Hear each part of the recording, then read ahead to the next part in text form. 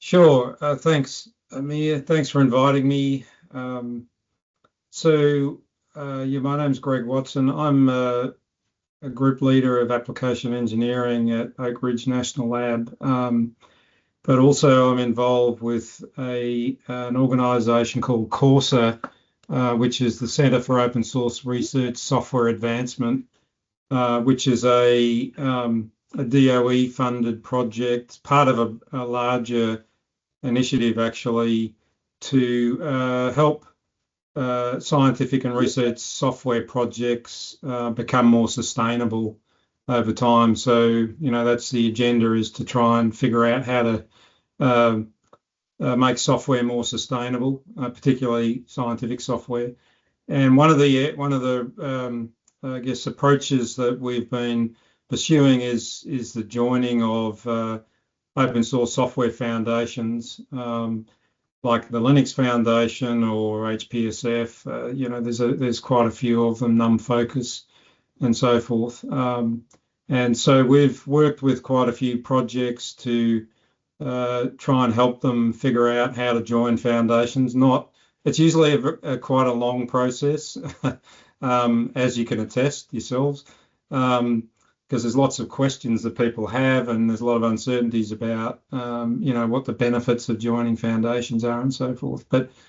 Anyway, so Mia asked me to just talk a little bit about the JDF, which is the Joint Development Foundation. I put together a few slides. Happy to answer any questions about it to the best of my knowledge. I haven't worked with them in any detail, particularly in the past, but I have worked with a number of Linux Foundation projects and the Linux Foundation itself. So I do know the Linux Foundation pretty well. Anyway, so with that, I'll share my screen, and feel free to interrupt me and ask any questions. Amir, if there's anything you want me to particularly address, let me know. Right, where is it?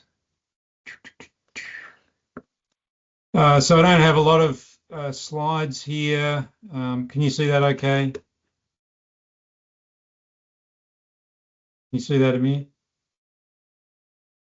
Yeah, it's all good here. Okay. And it's a very plain presentation. Sorry, I didn't put a lot of fanciness into it. So what are the general benefits of joining a foundation? I think one of the main things is that it provides a neutral home. So often, with a project, a new one, you've got multiple different organisations. Sometimes people are bringing their intellectual property and other resources into that organisation, and so it's kind of nice to have something that's neutral, a place that doesn't belong to any particular organisation. So that's one of the big advantages. Also, it's good to typically separate the organisational governance from the technical governance, and this is something that's emerged out of open source projects over the years, and seems to be a good way to ensure that the technical aspects of the project don't get captured in any way, and that you maintain that separation. You can also it also helps protect the intellectual property, and I'll talk a little bit more about that. You can pool common services that you might need, like IT platforms, CI/CD, things like that, and share that amongst the different projects, different participants in the foundation. You can also develop best practices that then, could be used as guidance for the members of the foundation, governance and so forth. And also, it helps grow this diverse skilled workforce in an open source ecosystem. So that's sort of general foundation benefits. The Joint Development Foundation itself is a sub-project of the Linux Foundation, And the Linux Foundation has many, many sub-projects. They're, in a sense, they're sub-foundations of the Linux Foundation. They're legal entities in their own right, and they have their own governance and so forth. The idea here is that openQSE would become a project of JDF. And it could be, it's still a foundation. You can still operate as a foundation, and you get access to all the benefits of being part of both JDF and the Linux Foundation. So the JDF itself is, unlike most Linux Foundation sub-projects, is really focused primarily on standards development. And I think that is what openQSE is kind of your direction at the moment and goal. So it seems like a good fit. And their idea is to go from initial creating of standards all the way through to, becoming an ISO standard. So they can take you all the way through that journey if that's what you want to do. But they have a lot of experience in stewarding standards, through that whole life cycle. So they provide governance and legal entity hosting via the Linux Foundation. So the openQSE would become a legal entity, and you'd be a not-for-profit organisation. And they provide governance at the JDF level, but the projects within JDF have their own governance. And I'll talk a little bit about that more in a minute. They also have a whole bunch of formation documents and templates, things like charters and membership agreements and all those sorts of things that you'd have to do yourself. And they also have a number of standard intellectual property modes that you can choose from. It's a bit like just like a smorgasbord of choices. And so you can pick whatever, is most appropriate for what you want. And their goal is to really create an environment with these best practices, be flexible and have a consensus-driven development process. And then you also, because you're part of the Linux Foundation, you do also have the option to leverage Linux Foundation support capabilities. And there's a thing called LFX, which provides a whole ecosystem of managing large projects that have many sub-projects within them. So you may or may not be, open to that at the moment. You have to pay for it, obviously, but you've definitely got that option to leverage that. So what are the benefits of joining JDF? Well, you join there and you participate in their network. So they have many leaders from various different communities that you can network with. You can leverage the Foundation's international network, not only JDF, but also Linux Foundation, to help build your own connections, get new members, both nationally and internationally. It can help create opportunities to connect with other projects within the JDF that are doing similar things, or you can learn and gain experience from those other projects. You also get elevated visibility because the JDF and the Linux Foundation publicize lists of projects, and they also have communications and various marketing activities that go on that can connect you with vendors and other potential members. But also you've got the ability to connect with potential funders, government, philanthropy and industry, connecting with users, collaborators, and so forth. So you get access to that whole ecosystem. They also help with incubating new projects. So in this case, openQSE, and can help you, navigate the whole process of and all the sorts of things that you need to do to operate as a foundation, including ramping up and ramping down and so forth.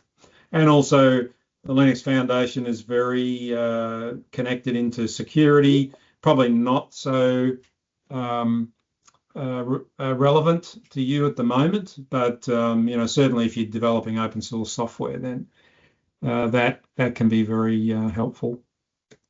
Okay, so this is just a general governance model for Linux Foundation projects, and is not there is no sort of hard and fast rules about how you set up a governance structure for your project. But the one thing that they do require is the separation of the governing side from the technical side. So that is sort of a hard and fast requirement. But other than that, you can pretty much structure it any way you want. So normally you have some sort of governing board or steering committee. You have technical steering committees often. So larger projects will have these a technical steering committee that sort of oversees the technical progress of the different working groups and the different aspects of the project, whatever that is. And then you typically have committees or working groups that can tackle various different aspects of the organisation and also technical related matters as well. So and then of course you have the project communities, which are they're the developers and the users and the people that are actually creating the technical content and delivering whatever it is that the project delivers. In your case, I guess it'll be standards. So that's sort of like a general governance model, but as I said, you can really tailor it however you want. The JDF does provide a template, so the easiest option would just be to go with that, but you can always customize it to however you want.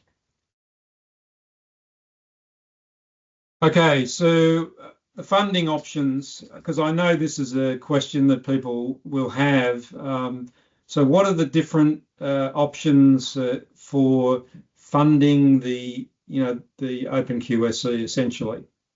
And so the main two are no funding at all. In other words, they call them sponsorship fees, but essentially members of openQSE would pay a fee or not. In this case, no, there would be no fee. So you can go that route. And if you don't want to fund any project activities through the vendor neutral foundation, so the openQSE organization. So in other words, if you want the members to continue to fund their own activities or fund activities related to the foundation, then you can just have no sponsorship fees, and that's perfectly acceptable. And a lot of projects do it that way. The second option is financial support of the project, and here you would provide fees. So typically they're levied as membership fees, and there's certain you have a few different membership classes. And I've got some examples later, but you might have some 2 or 3 different membership classes, and then have different fees associated with those classes, depending on what you get for that particular membership class. So you get you would levy an annual fee of some amount for that membership, and that would go into a shared bank account that would be maintained on the behalf of openQSE, that you could access to pay for various things. And I've got some examples of the sorts of things you might use that for. The one caveat of the financial support model is that it does require Linux Foundation membership. So you would need to join. So if you join the openQSE with a membership fee, you also would have to join the Linux Foundation, and they have different tiers that you can join at. There's a free tier. There's also a tier that depending on the size of the organisation, costs a certain amount of money. In the case of Oak Ridge, for example, we are already a member of the Linux Foundation, so we wouldn't need to join again. So this would only apply to any organisation that wanted to join openQSE that wasn't already a Linux Foundation member. And you'd be surprised how many organisations actually are already. And then the third option would be if you really wanted to fund the project through like grants or with a single large donation or something like that. So there's this alternative or additional funding model which you can adopt, in that scenario. So I don't know if that's something that you might be available to you through a grant with a federal agency, or maybe you can get a vendor to put in a single large donation, and then you don't really need to have membership fees in that case. So they're your main options in terms of funding. What are the advantages of funding? One advantage, I guess corresponds to the fact that the foundation itself is a neutral home for the intellectual property and for the activities. Can also be a neutral location for the funds. So that can make things easy because you can disperse funds, from that neutral location. You don't necessarily have all the bureaucracy that goes with your organisation, and Amir would know what Oak Ridge has quite a lot of bureaucracy. We have a lot of limitations on who you can hire, and that kind of thing. Whereas the foundation itself would have less bureaucracy there. It would be easier to hire, international people to work on technical issues and things like that. So it can be beneficial. The funds can also support meetings, and the Linux Foundation and JDF both strongly recommend that at least having a steering committee meeting and working group meetings in person within the first year is something that you should think about doing, and the initial funds that went into the organisation could be used to pay for that.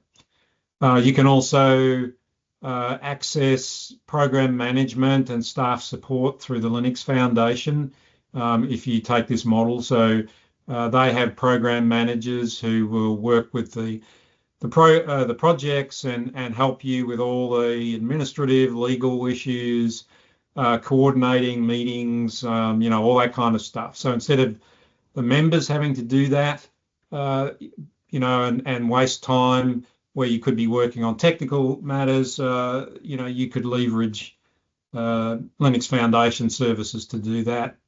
And then there's a bunch of other activities that you could imagine spending the money on, things like conformance program development, such as, testing, infrastructure, and collaborating with third-party organisations who might be certifying your standards and things like that. Reference implementation development, any IT infrastructure that's specialised that you might need that could be provided to all the members. And then if you've got any specialised legal needs like trademark registration, things like that, you can do that through member organisations, but you can access it through the Linux Foundation. They have lawyers on staff and things, so it can be a lot simpler to do it that way.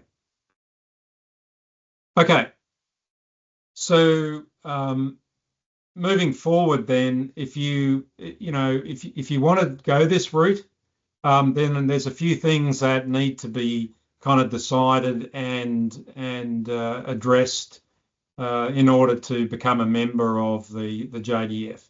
And the first and foremost of those is to decide whether you want fees or no fees for membership. And then, if you do go the fee route, what the funding levels would be. And so I've listed a typical example here. So there would be three categories of members. There'd be steering committee or steering members, general members, and contributor member. And steering member would be responsible for nominating or controlling the steering committee of the organisation. So that's the operational governance part of the organisation. And a typical fee for that might be in the range of 30K for an organisation, but you can vary that, or you could make it dependent on the size of the organisation or the type, or however you wanted to do. But that would be a typical amount. And then a general member would be someone who is a member of a working group and participates in voting, on standards and things like that, but is not a steering committee member and doesn't vote on organisational matters. So you get to participate in the technical aspects, and so a typical level there is 5K, but again, that could be anything. And then a contributor member is someone who really just is a member and wants to say they're a member of openQSE and participates in working groups and can contribute to technical matters, technical standards and things, but they're a non-voting member essentially, and so that could be a free tier. And so there are a few different options that you could consider, but I would recommend something like that going forward. Given the number of initial members, that would give you, a pot of money that would be, I think, give you, some funds to do some stuff with initially. Give you some startup funds. You might even take advantage of some of the Linux Foundation services with that. Have a meeting initially and so forth, and that will give you a good, I think, starting point as you move the organisation forward. So that's step one. Step two would be to complete the project charter. Again, as I mentioned, there's a template for this. And there's really three main things that you need to determine. One is the sponsorship level, which is that point one. The second thing is the steering committee composition. So there's a couple of options here. One is that a steering member would designate the representative. It could be the steering member, like a person from that member organisation, or it could be someone else that's a representative, but the steering member basically gets to nominate one person for the steering committee. The other option is that there would be an initial committee that would be determined, when the charter was ratified, and then that committee would be responsible for nominating, voting, removing any members going forward. So, and those members could be, they could be from any of the categories, or some of the categories, or just one of the categories. Again, that's a choice that you could make. But that needs to be decided before the charter can be finalised. And then the third thing that needs to happen is the charter itself would need to be reviewed by the participant organisations. I guess your legal people would want to take a look at it just to make sure that there's nothing in there, or maybe you've got some clauses that would need to be added. So there would need to be a review process. But that can happen in parallel to moving forward with the other activities. So that doesn't need to necessarily hold everything up. Then once you've got the charter in place, there are membership agreements that would need to be signed. So each member would decide whether they want to be a steering committee member, a steering member, a general member, or a contributor member, and then sign a membership agreement. If there's financial sponsorship involved, then you would also need to sign a sponsorship agreement, which basically just states, you will pay the requisite annual fee. And then the other thing that would need to, well, it doesn't have to happen initially, but it's a good idea to do it, is to create the working group charters. And Amir said that you've got, I think, 4 working groups already. So it'd really just be a matter of translating, those working groups to basically determining a governance model. You could just use the existing governance model that you've got at the moment, or you could use a modified one, and then any sort of copyright or patent licensing models that you particularly want to use for those working groups. And those charters, if you did them before you ratified the main charter, then you could just do all that in one go. And then you'd have, on day one, you would have the organisation set up, you'd have the steering committee, and then you'd have the working groups ready to go. And that's the end of my presentation. So I'm happy to take any questions, or I can't get out of this exit full screen. There we go. Yeah, so I'll hand it back to you, Amir. Thank you, Greg. Any questions that people might have?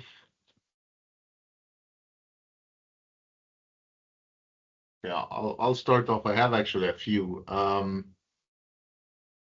When we talked about the different infrastructure that is provided by the JDF, is it just legal infrastructure, or does it also provide things like IT infrastructure that can be used, like CI, CD software, etc.?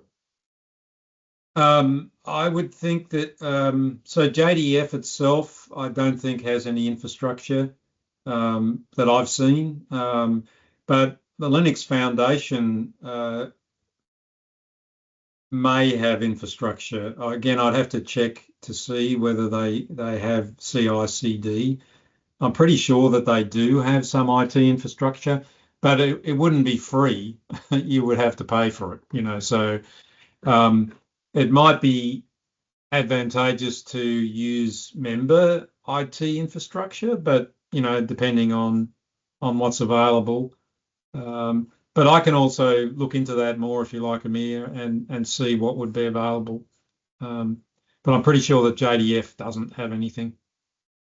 Okay, so they provide just the legal infrastructure, right? Yeah, legal, I guess project management, the documents, and they can help navigate the standards process as well. So whatever that entails. I mean, I'm sure they've got a lot of experience, and usually, I'm not sure if JDF does it or Linux Foundation does it, but they will usually assign a project manager to the project, and that person is your sort of go-to, and you can ask them for help or whatever, and then they can figure out, exactly how to get you the resources or whatever it is that you need. Okay. You talked a little bit about the different membership agreements. I guess one question is, how does it protect the IP? Like this, we didn't talk about this a lot. Like when it comes to intellectual property and the discussions that we have, the technical discussions that we have here, like the people, I guess when they sign it, how does that impact the IP? Yeah, so each of the way I see that they've structured it is that the working groups themselves so the working groups are where the standards development goes on in this, I think, in this organisation. So they have the intellectual property and licensing and copyright models determined on a per working group basis. So you can actually have different models if you want for different working groups, or you might just have a standard one that all the working groups use. So the working group specifies what the IP model will be, then when you the only people that can participate in a working group are uh, members of organisations who have signed a membership agreement with the organisation, or an individual contributor agreement in the case of individuals who want to participate. They're not part of an organisation. It's a little bit tricky with individuals because if they work for someone, that company can assert intellectual property rights over what that individual does. So you need to get an agreement from that person that they can contribute on intellectual property. But otherwise, it's taken care of by the membership agreements. And for individuals, do they have to sign this agreement every time they join a meeting, or is it like No, it's once a once-off thing, and also the employees of a member organisation are automatically covered. So if Oak Ridge signed a membership agreement, then essentially all the employees of Oak Ridge would automatically be able to participate. You don't need to have one per person or anything like that. And I didn't get the part when you were talking about joining the Linux Foundation. Does every organization that joins openQSE, if it becomes part of JDF, do they also have to join the Linux Foundation by default, or only if they're paying members? If you have the funding model, then what? Oh, so you mean does a contributing? So at the free Yeah. tier level, that's a good question. I think that they probably still do need to join, but they can join the Linux Foundation at the associate level anyway, which is free. So, but I think you have to be both a member of the Linux Foundation and openQSE. So you can't. Yeah, I'm pretty sure that's the case, but I can check that. But I don't think that it depends on the amount, what level you join at. But that's only if you go the funded route. If you decide to have no fees, have free membership, you don't need to have Linux Foundation membership. So it's only if you go the funded route. Go ahead, Eric. Yeah, I was just wondering, like, if you're not a member of the Linux Foundation, are you still a member of openQSE? Like, what would that membership be governed by, if not by the Linux Foundation through the JDF? Right. So the only way to join openQSE, the JDF version of it, would be to be a Linux Foundation member. Yeah, so it's like it's openQSE becomes a Linux Foundation membership, thing, Yeah. right? Like you're a sub project of the Linux Foundation. Yeah. So you're part of the Linux Foundation, and the way they structure them are these legal entities. So there's a particular type of legal entity that openQSE would be. But it's essentially a sub legal entity, or I can't remember the exact terminology, but it's essentially part of the Linux Foundation not-for-profit structure. And that determines also the I guess the rules, regulations, how IP and information is shared. This kind of stuff within this organization for each of the members, for any of the conversations, it's all kind of governed under those provisions from the JDF, correct? Yes, but you can set, so the only intellectual property requirements that the Linux Foundation and, JDF impose are that any intellectual property has to be owned by the community, essentially. So if you've got any trademarks or logos or things like that, then they become, essentially you have to cede the intellectual property to the organisation, so they hold it in trust, in a sense. So the Linux Foundation would hold the intellectual property in trust for openQSE. So that's the only requirement that they have.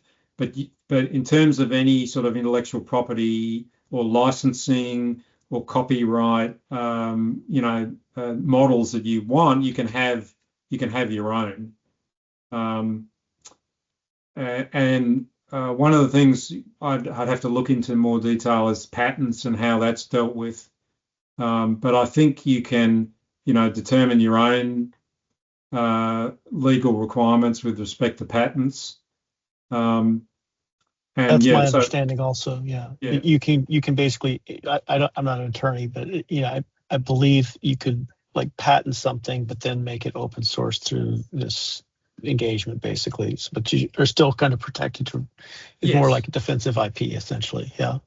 And the member organisation could be the owner of the patent, I would think. But I'm not a lawyer as well, so if we want to get into that discussion, we'd definitely get the Linux Foundation people or JDF people, legal people, to talk about that. But it's pretty flexible, and I would say it would meet your needs without knowing exactly what those are, because there are so many organisations that do use this model. It's hard to imagine something that would be so unusual that it wouldn't fit into something that's used by many organisations.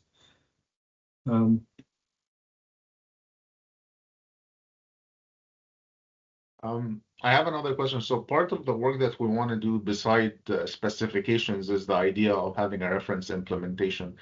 Yeah. Once we have some software packages or software Git repos or whatever, can those live within other foundations? Like, for example, can we submit a package that we developed as part of the HPSF, or like are we bound to have it still within openQSE? And maybe the question doesn't make sense. Yeah, well, it depends what you mean.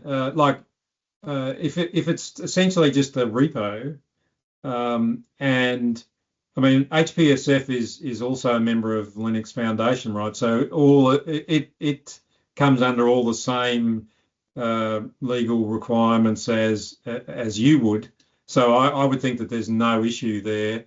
But this repo, if you're talking about who controls the repo, it's controlled by the essentially the technical side of the organisation. So, the people that have commit access to that repo, and that can be anybody. I mean, it doesn't necessarily have to be just openQSE people. You can give anybody access to the repo. Of course, you've got the intellectual property issues and legal issues associated with letting anybody commit to the repo. But for a reference implementation, that may not matter, right? You might want the community might just want to open source it and let anybody contribute to it. So yeah, where it actually resides, I don't think matters. So it could be part of HPSF. I mean, whatever part of means. Or it could be, just something that openQSE has. You could also have, a private repo that nobody has access to, in which case probably make more sense to be part of openQSE, and, just the people in openQSE have the access to it. So I'm not sure if that helped.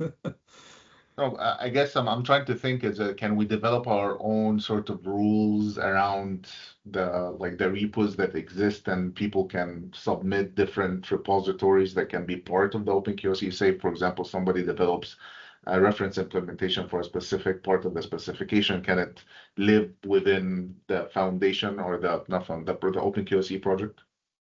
Absolutely, yeah. And I think you would want that because you want openQSE to be the place you go to for the openQSE standards and reference implementations as well. And so, yeah, it would make sense to have that part of the foundation. So, the people that participate in the development of the reference implementation, they could be anybody if it's open source, or you could, restrict it to just members or whatever you want to do. I mean, it's completely up to you how you want to structure that. But I would have thought software probably it's better to make it open source and have anyone contribute to it. And as long as they're not, contributing IP to the standard, because that's where the intellectual property is, right? Reference implementation is just essentially, something that shows you how to use the standard. Probably doesn't matter so much. Yeah, I have one last question. When we for the funding model, I can't remember the JDF charges some amount on that, right? Like they the Linux Foundation charges. So they have a management fee.